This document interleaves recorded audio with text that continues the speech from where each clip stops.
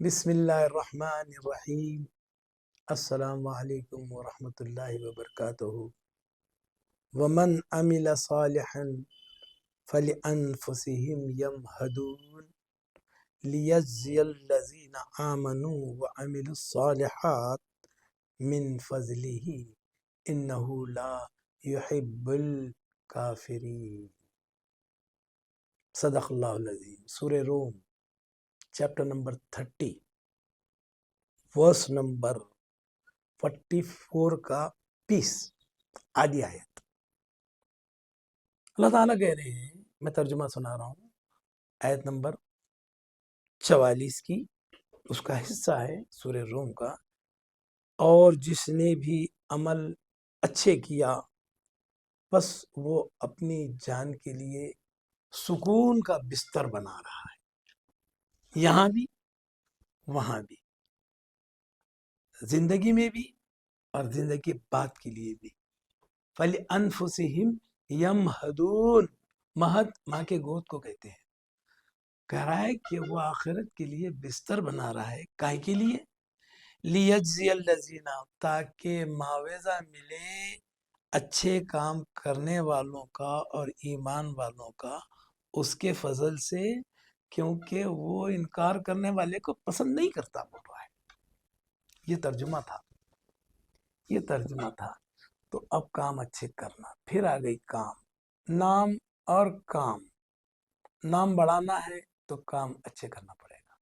کام اچھے کون سے کریں گے آپ کے کام ہر کام قانون کے مطابق ہو، سچا ہو، سامنے والے کے دل کو خوش کر دینے والا ہو، بس یہ کام ہے۔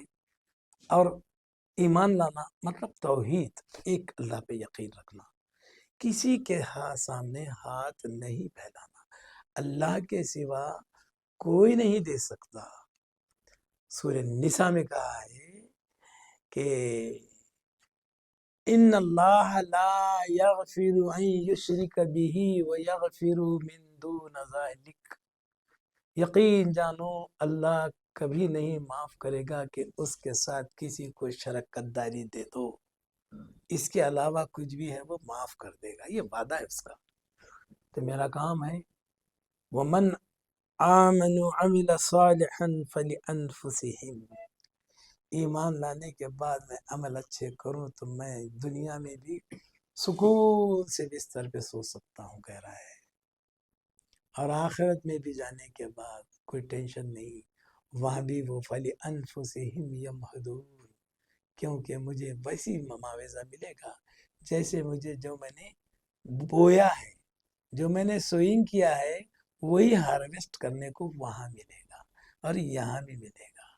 وَمَن يُرِدْ ثَوَابَ الدُّنْيَا نُؤْتِهِ مِنْهَا وَمَن يُرِدْ ثَوَابَ الدُّنْيَا وَالْآخِرَةِ نُؤْتِهِ مِنْهَا، ہم کو اسی دنیا سے اچھے کام کرنے کا معاوضہ ملے گا، چاہے ہم یہاں بھی لو اور یہاں بھی لو اور وہاں بھی لو۔ یہ ہے قرآن کی گڈ نیوز کی آیت کہ مجھے آپ کو یہاں بھی ملنا ہے اچھا سکون تو میں یہاں اچھے کام کروں، اس کے بعد وہ ریسٹور ہوگا میرا کام آخرت کے لیے۔ جزاکم اللہ خیر، پھر ملیں گے اپن۔ صدق اللہ علیہ۔